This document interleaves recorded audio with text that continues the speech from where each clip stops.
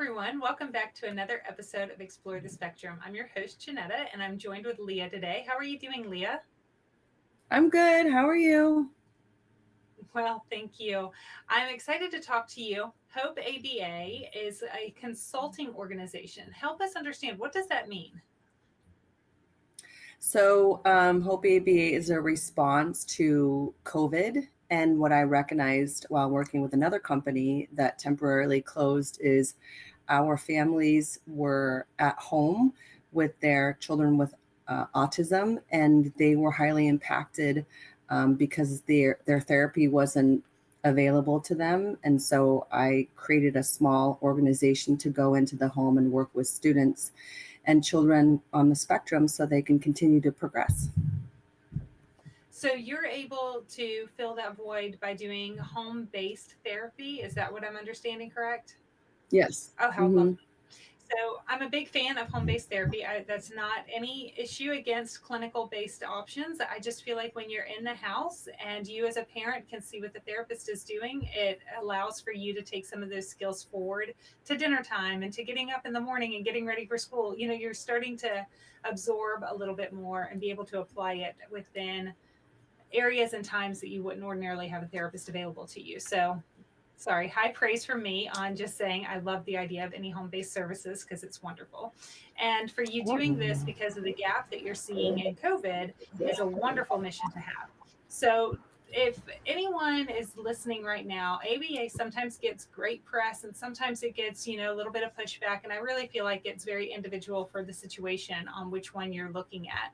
But in large part, it's advantageous to most kids. So tell us a little bit about what makes your approach to ABA unique and different and something special that you offer.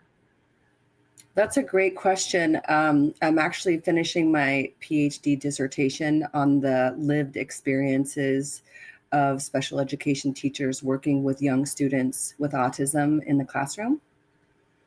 And what I'm suggesting is that we need to take a constructivist view as well as a behavioral view, meaning that we need to engage our students in interactions that help them grow and not necessarily focus on the behavior or the academics per se. It's more social based.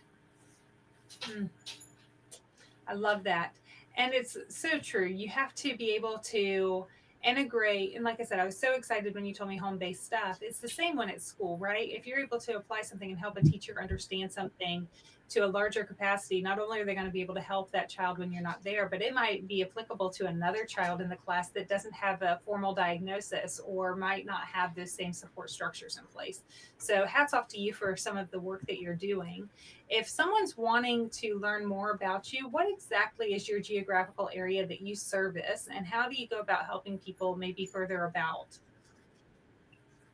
Yeah, so I'm in the South Bay, and I would say it's west. It's the West Coast along the water in Los Angeles. So there's a South Bay communities, and I service the greater Los Angeles area, but I like to focus in the South Bay. I'm also teaching at Cal State Dominguez Hills, and I'm incorporating a lot of my training and my expertise in the autism field while I'm teaching biopsychology and advanced research methods in hopes that we can educate new graduates that go into the autism field. I love that. So, the reality in all of this is that if someone wants to get a hold of you, they can likely go. I imagine you have a website, and I'm going to ask you to share that with us. But if somebody were wanting to duplicate some of your efforts, would you welcome those phone calls as well, maybe for other areas of the country? Because I know that these are support services that are Absolutely. definitely needed. So, how would they Yeah, find you? absolutely. I'm actually on LinkedIn under my full name, Suzy Lea Okay. Juarez. That's probably the best way to reach me. Um, talking about reaching out, I'm interviewing special education teachers in a rural area of Montana, and they'll be part of my dissertation. And you're right, we need to make sure that we're helping across the United States as much as we can, and having a consistent message of how we are helping students with autism. Absolutely. I appreciate that. And I really appreciate your time today on sharing a little bit of what you're doing over there in California and the specialty that you've taken as your approach. Thank you for doing that for the community. And thank you for joining us Thank you so today. much. Thank you. And to all of those that are joining us, I appreciate you as well as we continue to explore the possibilities.